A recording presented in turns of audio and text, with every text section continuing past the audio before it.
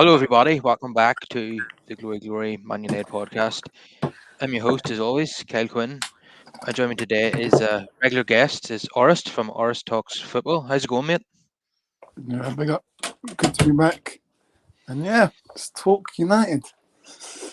I'm good to be back talking about a win in the opening game of the season, which for a large part of that game, it didn't look like it was going to happen. We just couldn't put the ball in the back of the net. But Joshua Zirkzee comes off the bench to start the move and finish the move, and become the third Dutch striker at United to score on his home debut against Fulham, following Van Nistelrooy and Van Persie, who also did that in their first game at Old Trafford. So delighted with the win then, Orst.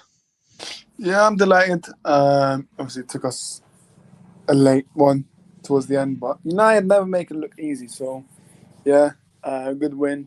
Zirkzee as well. Debut.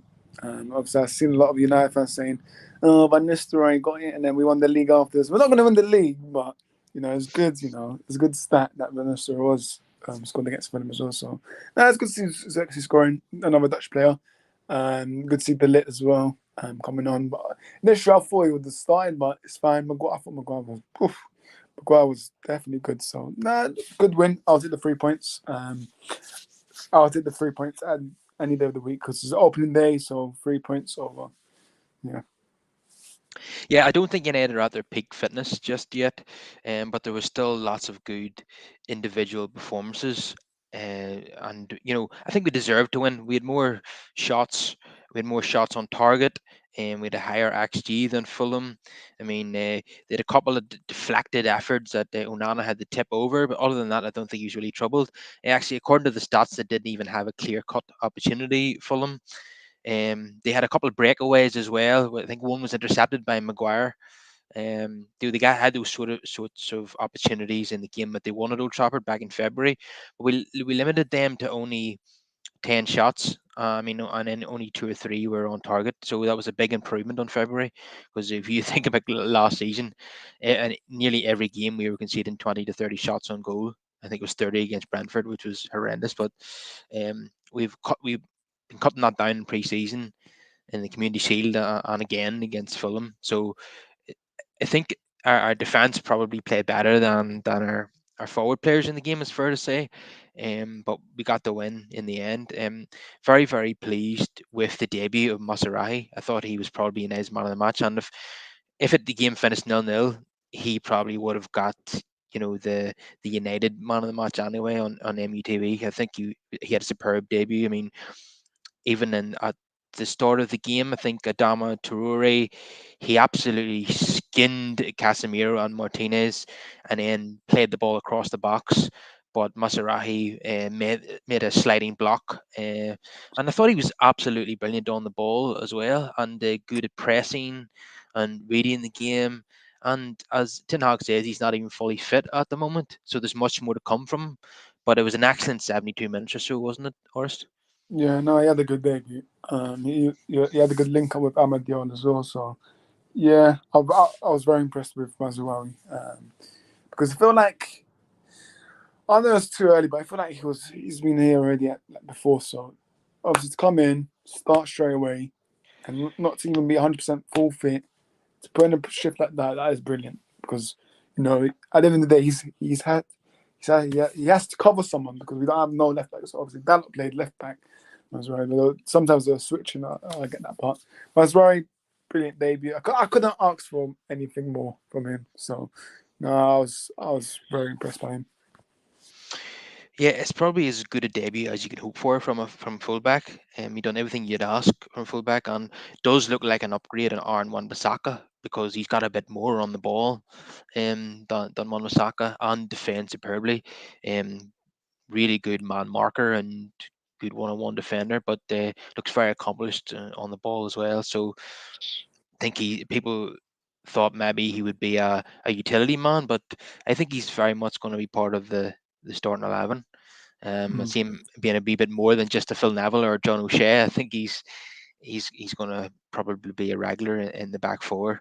Um, Yeah, even if Shaw comes back in, which looks like a miracle if that happens for more than a couple of games now, I still think Masarahi will play it right back. Um, yeah, I was really pleased with his performance. But what, an individual performance that kind of surprised me, I wouldn't have seen this coming last season, was Casemiro. Looks very trim now. Looks determined to prove people wrong, and I think involved in a lot of our attacks. He played Bruno in for a one-on-one with the keeper. Bruno had another one-on-one with the keeper, which he didn't score. I think Casemiro might have been involved in the goal as well. I think he played the ball out to Garnacho, and Garnacho crossed it Yeah, in for Zirkzee. Yeah, and he's not going to ground as much, Casemiro. And nobody he goes to ground and he misses the ball and the man. We're not seeing that much of that anymore. Um, and yeah, he's playing. I mean, I thought at maybe a 32 that he, and given how bad he was last season, he wouldn't be able to recover any sort of form. And I thought, we had to sell him abroad and just cut our losses. But been a really good start of the season from Casemiro in terms of the Casemiro in terms of the Community Shield on the Fulham game, hasn't it, Orst? yeah, no, it has.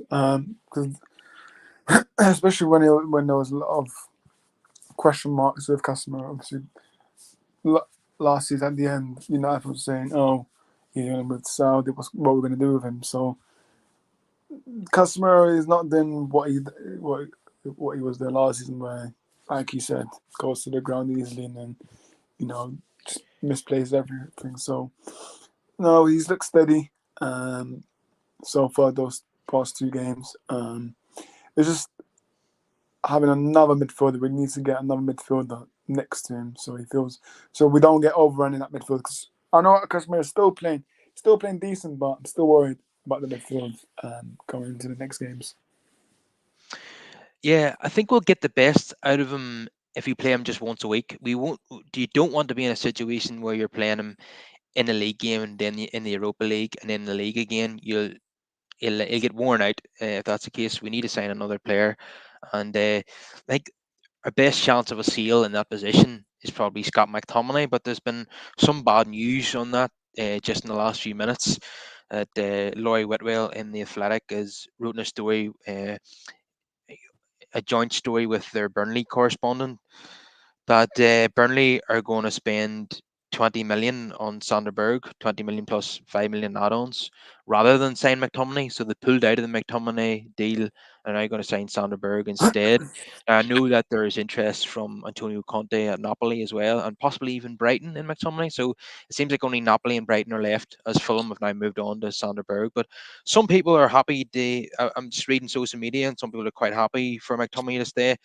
But in my opinion, if we're going to become challengers, we need to move on from these mediocre midfielders, and we need the money to sign an upgrade. How do you see it, Oris? No, I agree with you. I agree with you. But McTominay is not for me. If we want to win Premier Leagues and the big honours, for me, McTominay is not what we need.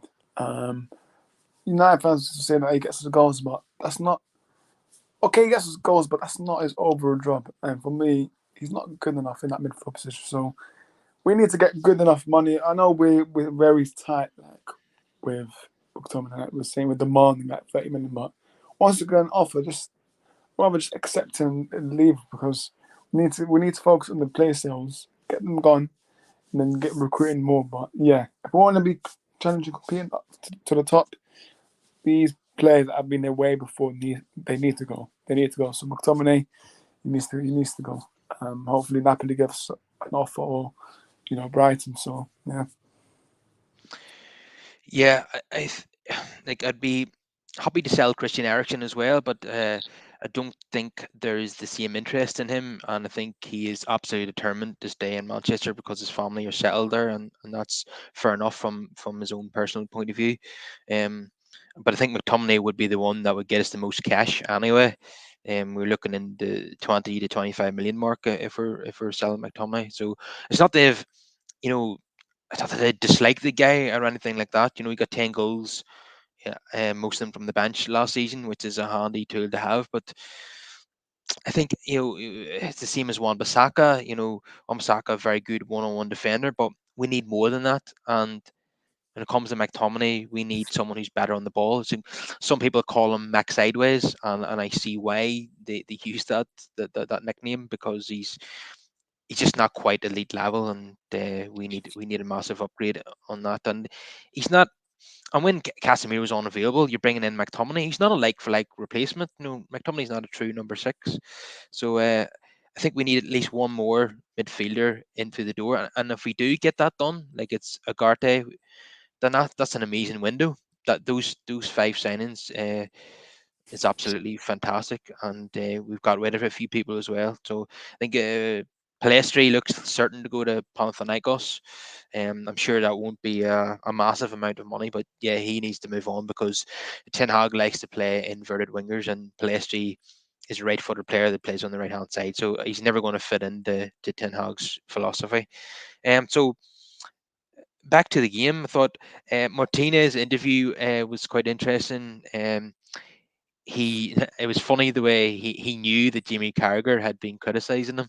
Um, he made reference to that during the interview, and obviously they shook hands and had a laugh about it. But he said that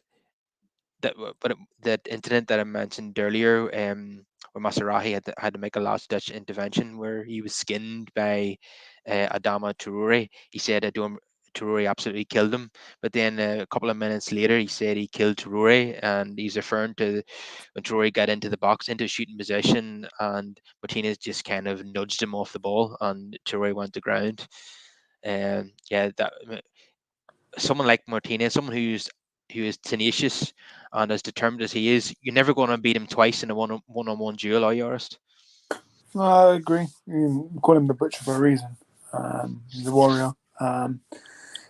But no, listen, the interview, I quite liked it, to be fair, because Carragher, he's a skeptical one because we all remember that interview. He said, "Oh, I think Martinez is the perfect height for Premier League," and then he updates his profile picture with him and Martinez, which I find that hilarious. So, yeah, no, look, Martinez said it that he sent him to the gym.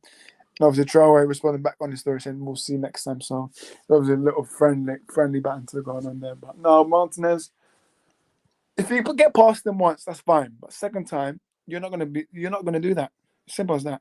Because he's the butcher of Manchester. So Martinez, leader.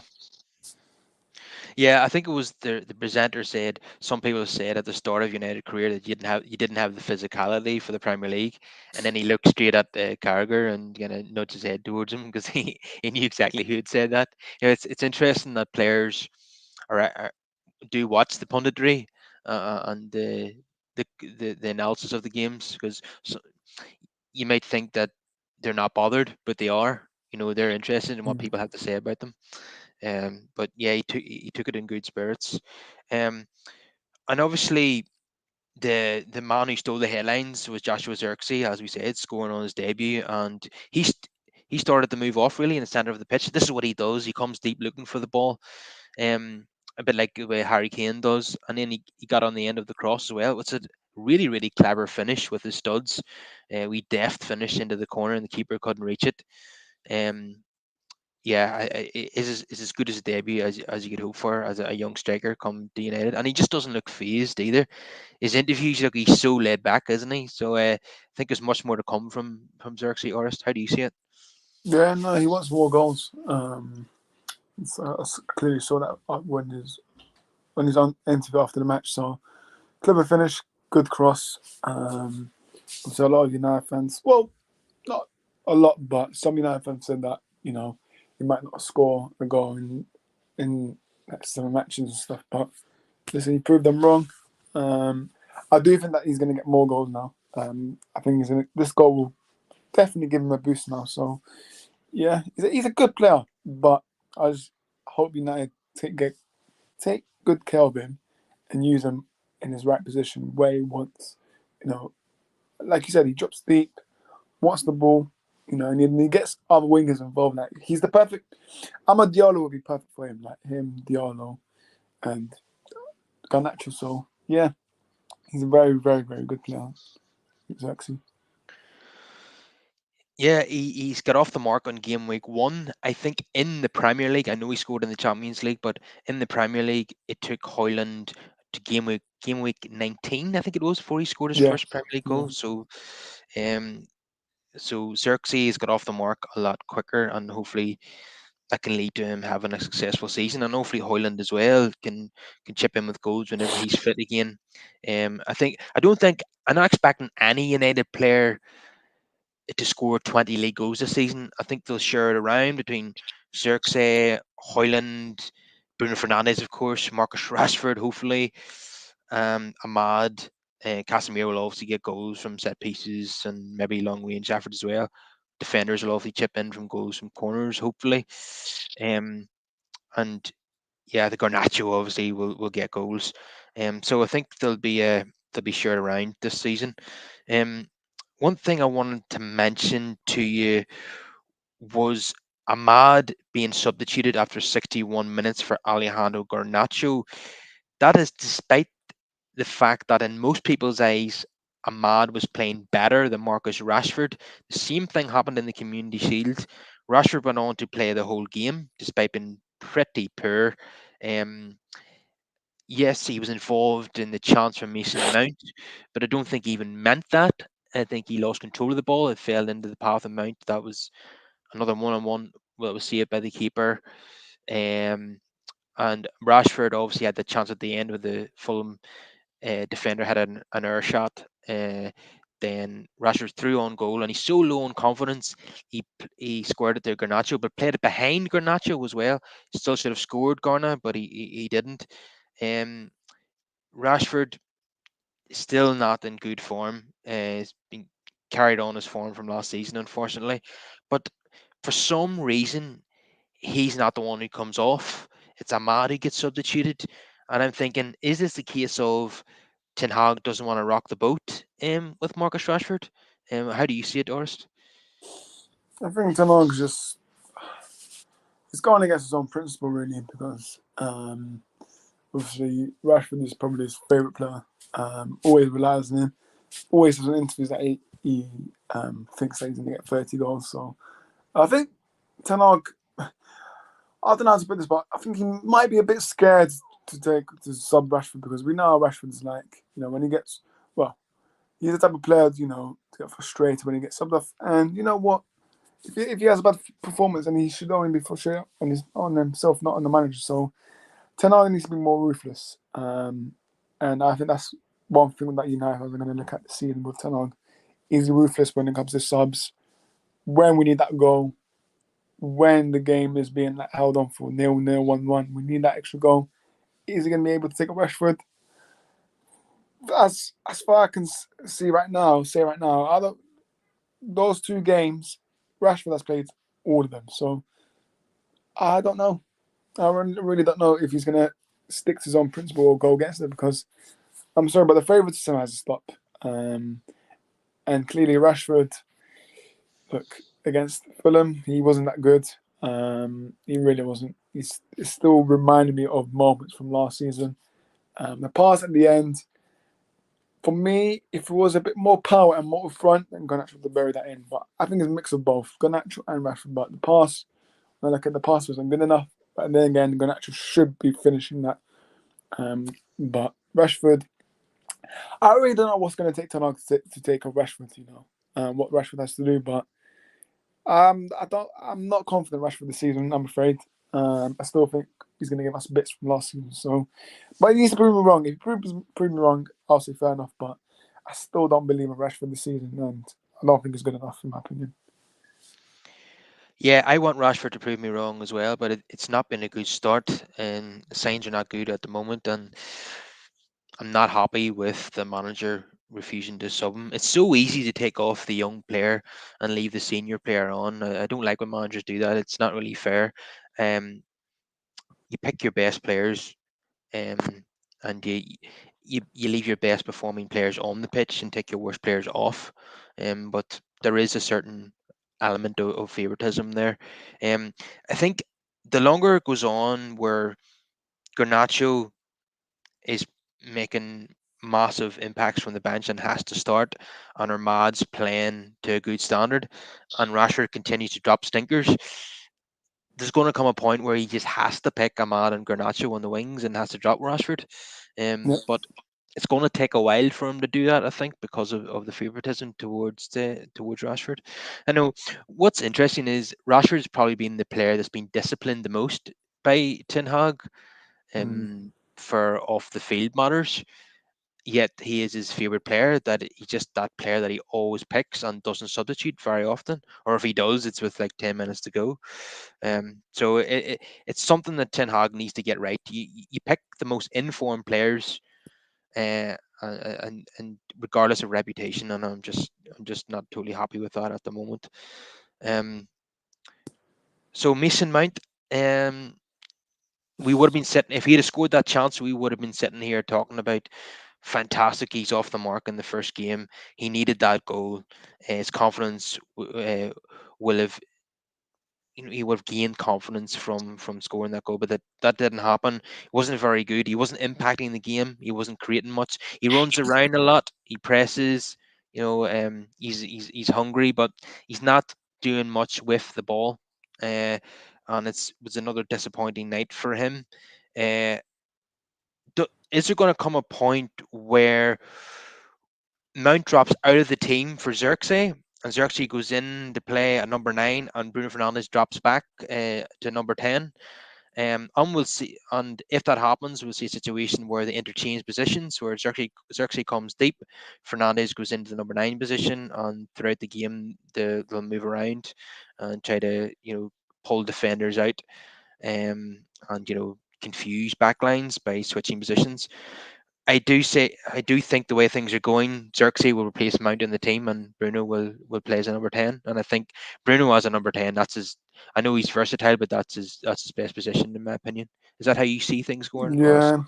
yeah, yeah. I can definitely see Mount getting replaced. Um, because for me, when I look at Mount, I know he had a big chance against Fulham, but people talking about his energy, fair enough. But on the ball, he's not.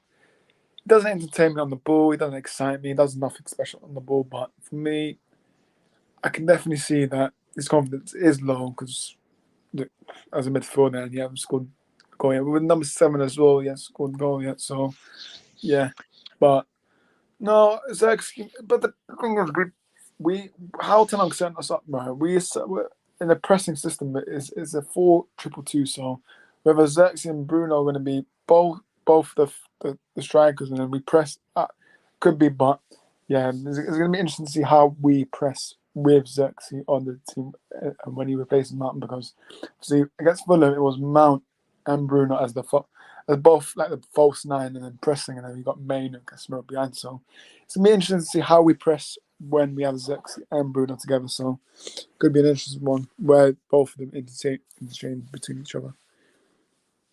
I know it is forgettable because we didn't win that game, but Mount did score against Brentford in March, in a game that we should have won. Because we scored after like 97 minutes and we didn't win the game. Sure, we did that against Chelsea as well at the Bridge. We threw away a lead very, very late on. But yeah, he hasn't scored at Old Trafford yet. Get to get off the mark, and that was probably his best opportunity. But he's another player that sooner or later he's going to come out of the starting 11 if he doesn't start to play a wee bit better. And Zirkzee seems like the obvious replacement. And yeah, Bruno didn't have one of his best days as playing as the false 9. Obviously missed those 2 opportunities. Um, yeah, but yeah, we know there's much more to come from the season. I think he's going to have a. I just have this feeling that he's going to have an excellent campaign. He's at his absolute peak now, being 29, 30. That's where players reach their peak, and I think that he will get probably 25 goals and assists by the end of the season. But I don't think Friday night was his best game by any means. Obviously, much more to come from him. So Delict came off the bench to make his debut after 81 minutes for Maserati. I thought he was very, very solid. Looks good.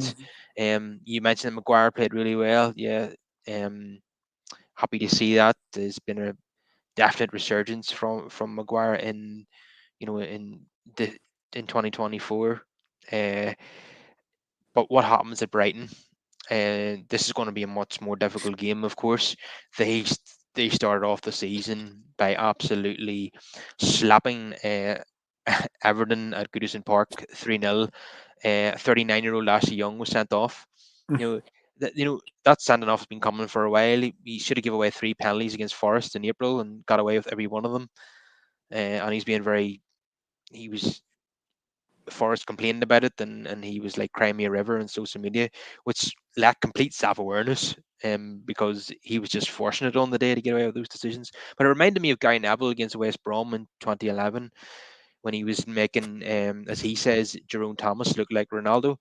Um, Ashley Young is far older than what Guy Neville was when he retired. He needs to get some self awareness and realize that you're done, mate, and you're going to continue to get red cards and give away penalties and free kicks if you don't walk away. I mean, I just can't believe he got another contract at 39. But yeah, Brighton won that game really comfortably, and we know that we don't traditionally do well in against Brighton, especially in away games.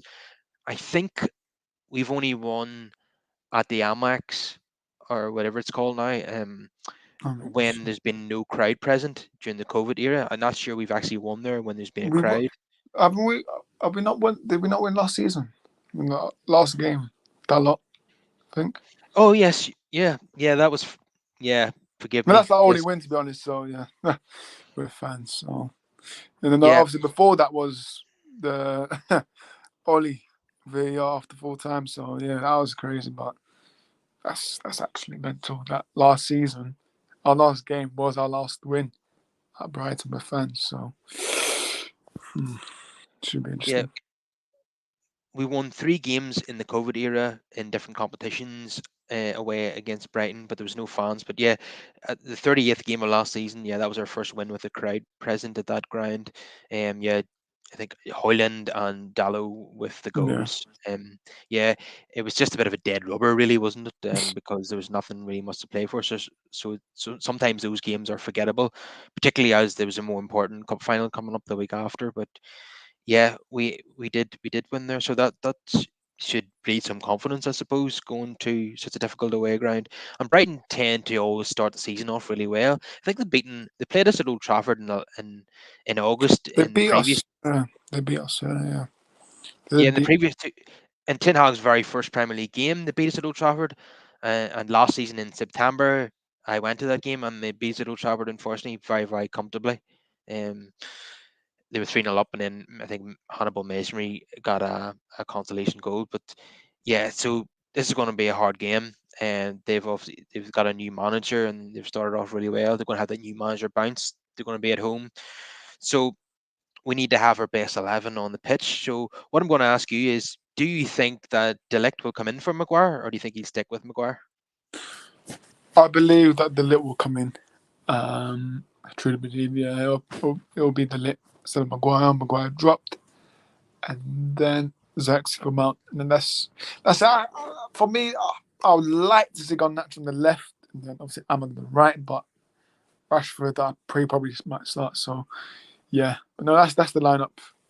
Two players dropped, and yeah, I definitely see the lit starting. Definitely, is the debut start.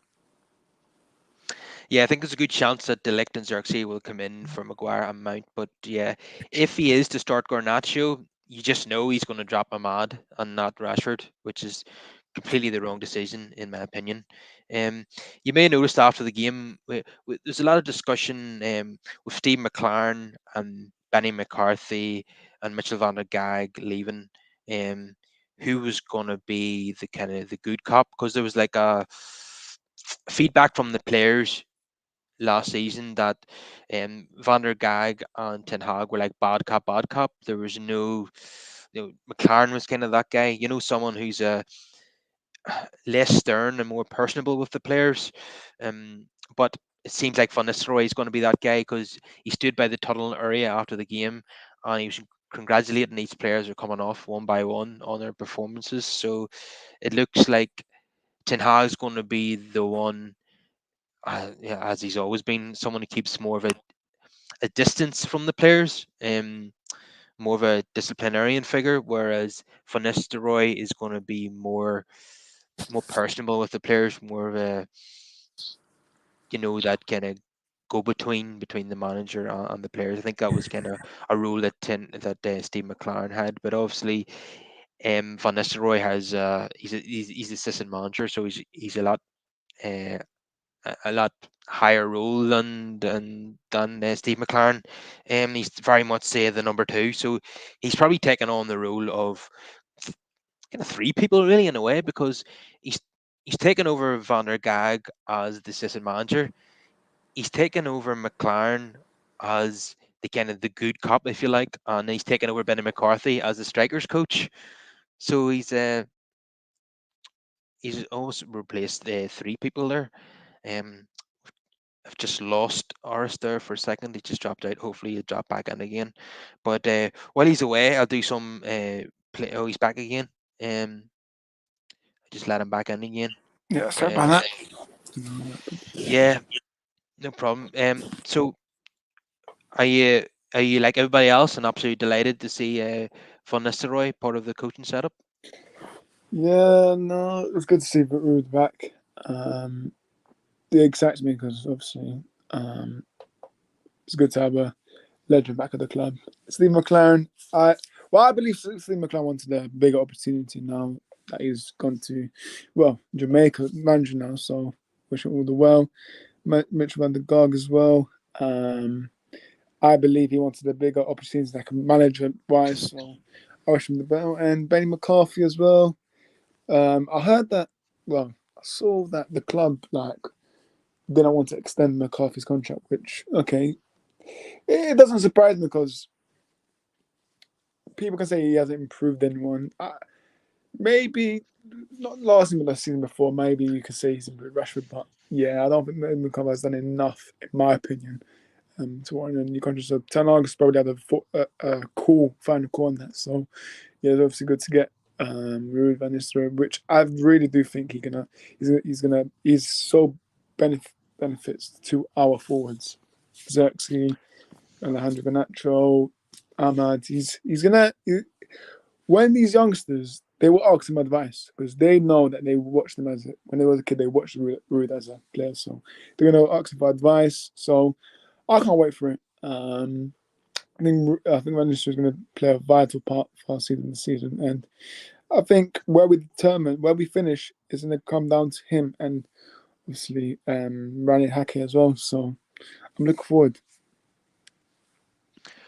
Yeah, he seems to be having a positive impact. The players seem to like him. Um, I think the feedback was that Van der Gag and Ten Hag are too alike in terms of their personalities. Ideally, you want a number one and a number two to be different from each other, and that's what we have now. But my reading of the situation was that um, the Ineos wanted to make changes to the backroom team. Uh, they agreed to give Ten Hag an extra year, um, but but under the assumption that his backroom team would change, um, and it does seem as if he's agreed to that, but uh, he's been allowed to bring in more Dutch people, just different. He's replaced Dutch. He's brought in more Dutch people than ever. But he's ready to get rid of a group of Dutch coaches and bring in more, just different ones. So there's obviously been a compromise there. Let's say. Um, Yeah.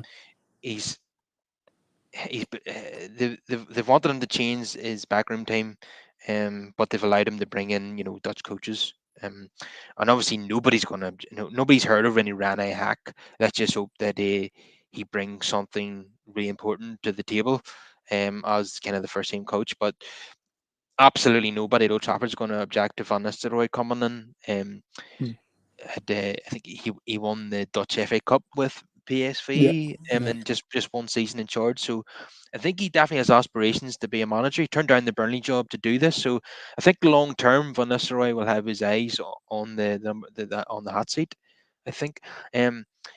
So yeah, he does look like someone who likes to be personable with the players, and have that be that kind of personality that's always smiling and keeping the positive vibes going, if you like. You might have seen that video of him in the PSV dressing room, doing Yeah, the a dance, dance. a Yeah, dance yeah. with the players. Yeah, that was Mm, some interesting dance moves there.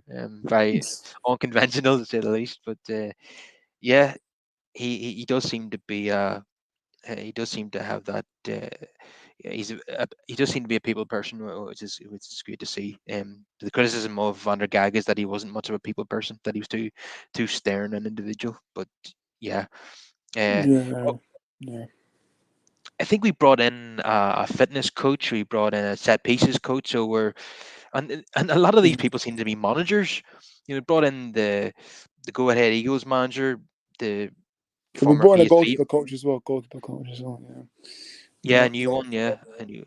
yeah, we So mentioned Van der Goal. We didn't see him much speaking really, like in interviews. Like I can't remember the last time I sort of quote what he said about United. Like, but now with Ruden, he's not. He's more involved into like interviews and stuff. So it's just communication that we want. But no, so we're bringing in the new people in the department.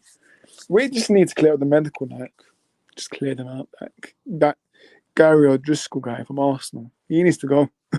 He really needs to go. He's honestly he is the curse. With these injuries, he is really the curse because what I actually saw online as the reason, so the real reason why I came United was family matters, like or family reason, which is rubbish. It's rubbish.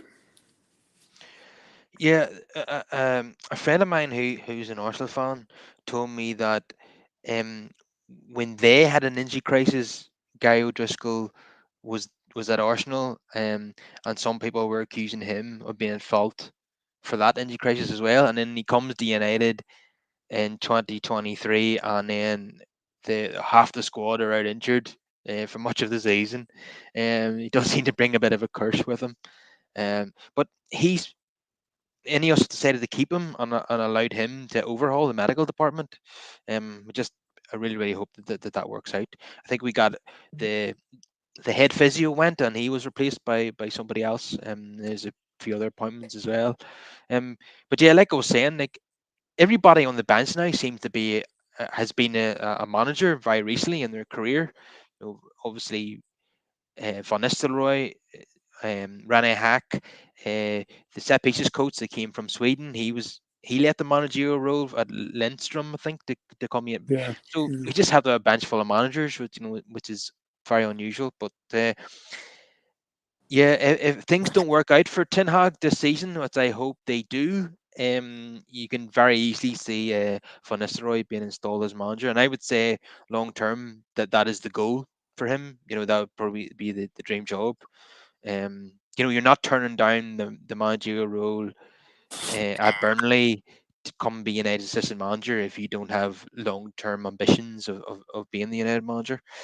Um, yeah, and he's used to being a manager, of course, as well. So let's see how it turns out. Hopefully, that's not for another 3 or 4 years yet, and we win the Premier League and the Champions League under Ten Hag before that happens.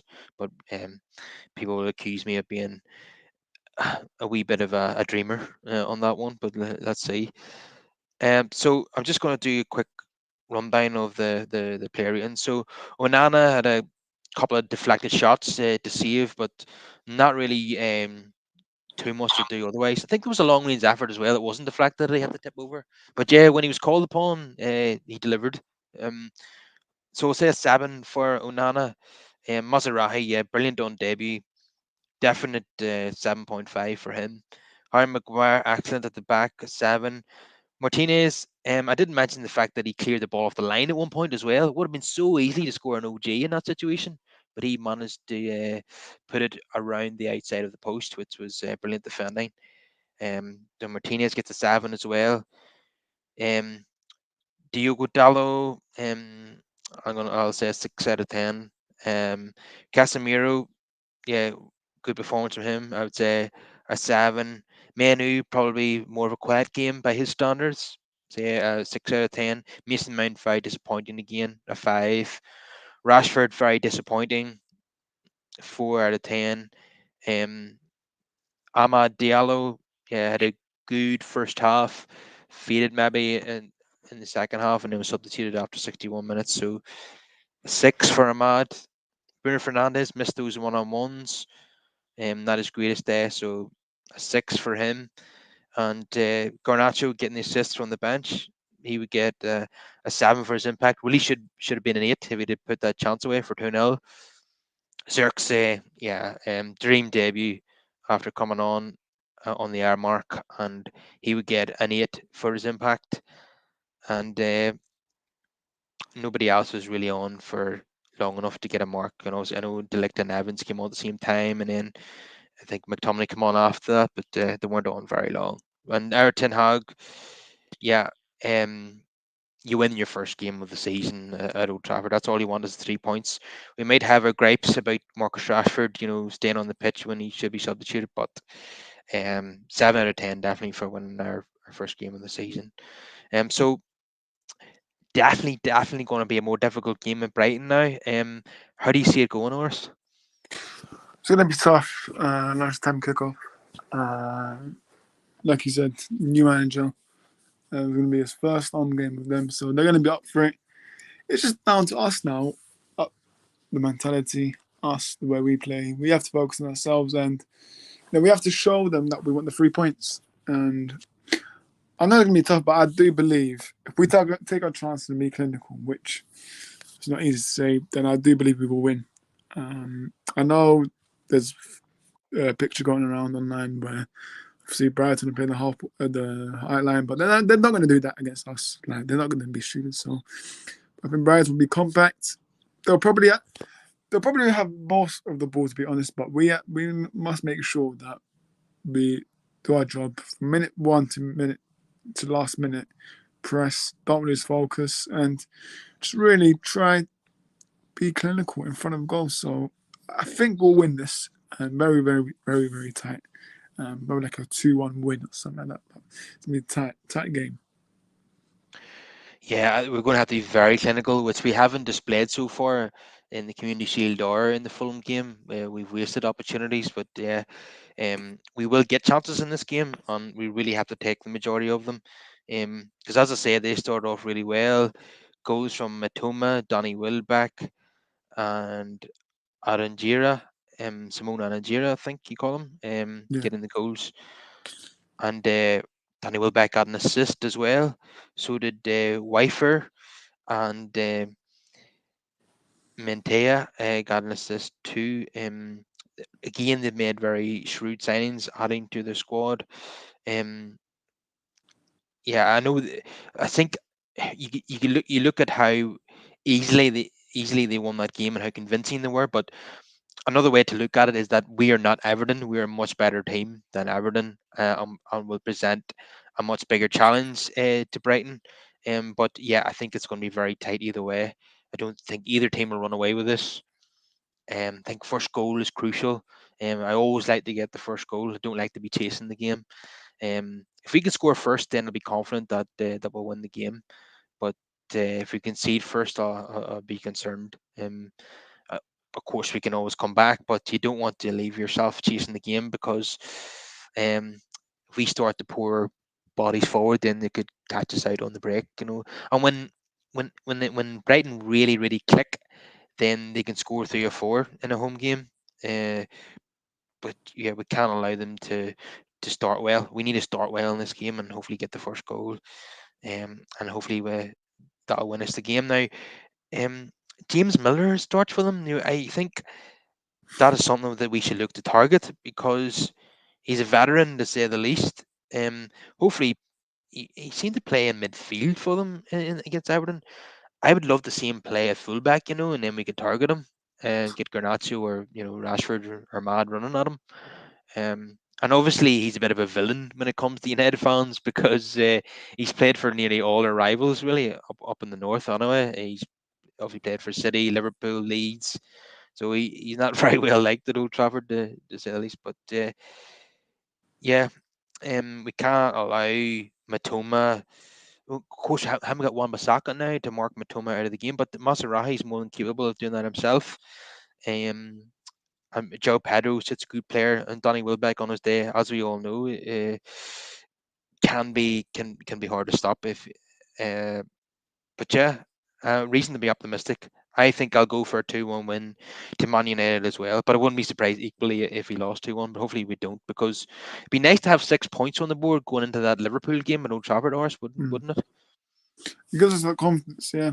Because let's say if we lose, then the morale drops. So it would be nice to get a win, and then obviously onslaught comes to Old Trafford. So yeah, um, just all I ask for the boys is just get the 3 points. Might be obviously hard. Well, not hard, but like, might not be easy. But just stay focused, get the 3 points, and then obviously we got the big one. Um, so yeah, it's just really about the morale now. Get this win. The morale is very very high for that Liverpool match. Yeah, absolutely. Although history has proven under Ten Hag that morale doesn't need to be high to beat Liverpool at Old Trafford. If you recall 2 seasons ago, we lost our opening 2 games against Brighton and Brentford, and then beat Liverpool against all the odds at Old Trafford. Yeah. Last season in the FA Cup, we won that famous 4-3. That's the best game I've ever been to. And we weren't given a prayer really before the game, and we beat them after extra time. So it is good to have morale going into a big fixture, but recent history tells us that United don't need to be in good form to beat Liverpool. It's good to see that we had for a while there we weren't really beating Liverpool very much, but last season we were unbeaten against them in all competitions. So I would like to keep that going, because I don't like to lose a raffle to Liverpool, to be honest with you. Um, I know they won that pre-season game, but who cares really? It's all it is a bit of a it's just a training exercise, to gain fitness. So if that's the only time they beat us this season, I'll be more than happy with that. So reasons to be optimistic. We've won our first game. Uh, Played really well against Man City in that Community Shield. Should have won it. I felt so. There was a lot of positives to take from that as well. And we've done some very shrewd business in the market. Mm. We've sold players, but I want to get at least one more midfielder. I want to get a midfielder in, and I want to sell a couple of more players, and then I'll feel a bit more content. But sitting here on the 19th of August, and things are looking up, aren't they? Honest, where do you see United finishing at the end of the season? At the end of the season, I can definitely see us getting fourth. Um, but I hope anyway. But I think we are capable to get top four. But also, no, I want top four, but also I want trophies as well. So, um, yeah, I see us getting fourth. To be honest, fourth. Yeah, I do as well. I think we need to have a better season than Villa and Tottenham Mm. and Newcastle to finish fourth. Um, I think Arsenal and City will be the top two as always. Liverpool will be the team you'd expect to finish third, but if they drop off a little and we have a really good season, you never know. We could maybe finish third ourselves, but let's see how it goes.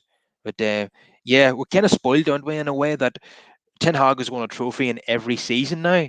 So now we've come to expect that, and if we finish fourth and didn't win anything, we'd almost be disappointed now, wouldn't we?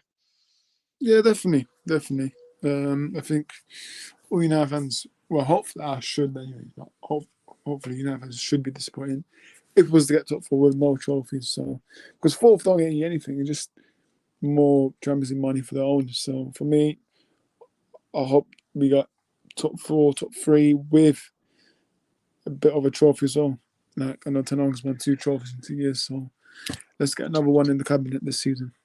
Do you think he'll target the Europa League this season? I think he will, but also I think FA Cup as well. So I think he'll target all the trophies, but obviously I'm not going to win everything, all of them. But Europa League, I think that's aim Europa League, even though our luck in that is not good. Obviously, with previous seasons, we lost the final in penalties. So yeah, I hope, because I want to win that Europa League. There's not, so we don't have the Spanish team. Sevilla, they're not in it anymore. So we do have a good chance if we take that competition seriously. So I don't see why not we can't win that competition. Yeah, and we'll have 8 group phase games on this occasion. It's another reason why we need to sign another midfielder, because the Yeah. squad is going to be really tested with all these games. Like if we went all the way in all the cup competitions, we'd be playing close to 70 games this season. So Casemiro as your only number six is not enough. I know Toby Collier is there, but um, you wouldn't want to be relying on him if Casemiro got injured. So yeah, it's absolutely vital that we get someone like Ugarte over the line, and I Mm. think we'll have to sell McTominay to make that happen. So that's what I'm hoping for in the final days of the window. I know that Yeah. if the Fulham option is now gone, and so if everyone could please smash a like on the video, subscribe to the podcast, and get more of your thoughts in, and I will reply to as many of those as possible. And Orest, it's been a pleasure to have you on as always. No worries. But thank you for the invite. Good to be back on. All right, I'll catch you next time.